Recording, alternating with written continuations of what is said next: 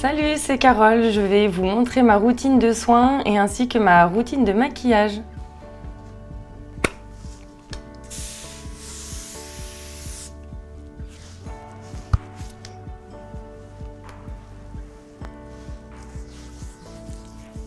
Alors, je l'applique sur l'ensemble du visage ainsi que le cou. C'est ma crème nourrissante qui va permettre de bien nourrir ma peau tout au long de la journée, de bien la protéger et de servir de base de maquillage. Pour le maquillage, je vais commencer donc par l'anti-cerne. C'est un anti-cerne qui est fluide, donc très facile d'application. Et je n'hésite pas à le mettre sur les différentes taches que l'on peut avoir sur le visage ou alors les divers boutons. Donc une fois que je l'ai bien appliqué sur l'ensemble de mes problèmes de peau, je peux ensuite donc mettre la poudre. Moi j'utilise la poudre de lumière que je vais utiliser donc sur des endroits de mon visage pour vraiment redonner de l'éclat.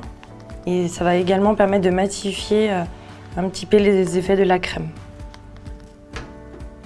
Ensuite, j'utilise cette poudre translucide.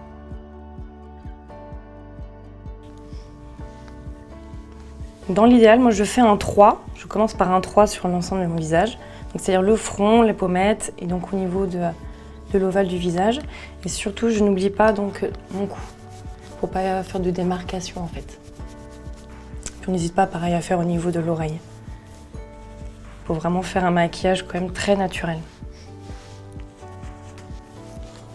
Quand j'ai fait cette étape-là, je m'attaque donc aux sourcils. C'est une étape un peu compliquée quand on n'a plus trop une ligne de sourcils, comme la mienne. Donc je vais brosser déjà le petit duvet qu'il me reste. Et dans l'autre embout, il y a donc le crayon marron. Donc il y a deux teintes. Moi je prends la plus foncée des deux parce que je suis quand même brune. L'étape du sourcil peut être un peu compliquée parce qu'il ne faut pas faire un sourcil trop épais ni quelque chose de trop fin. Il faut vraiment se repérer en fait avec le coin de l'œil pour commencer le sourcil. Puis au milieu de l'œil pour arriver à la pointe pour du coup faire une petite courbure qui redescend légèrement vers le coin de l'œil là, à l'externe.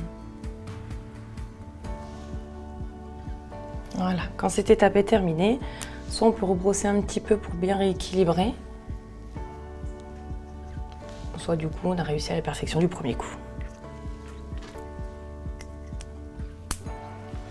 Ensuite, pour souligner le regard, vu que je n'ai plus de cils, donc je ne peux pas mettre de mascara, j'utilise un crayon noir pour bien marquer en fait le ras-bord de mes cils.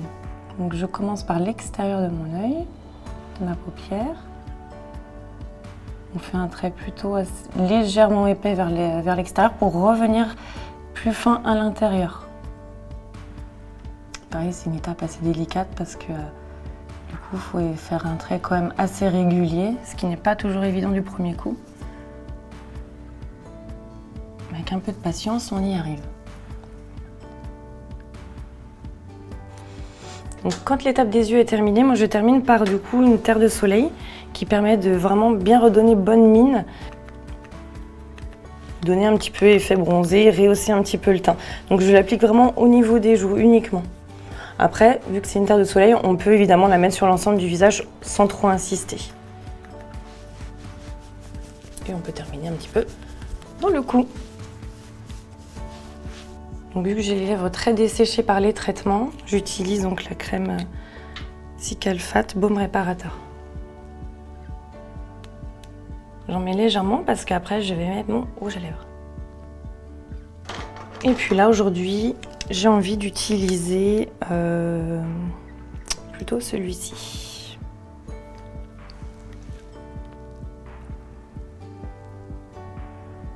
On insiste un petit peu au niveau du cœur, de la lèvre et en dessous. Et voilà, je suis prête à sortir. Ma routine est terminée.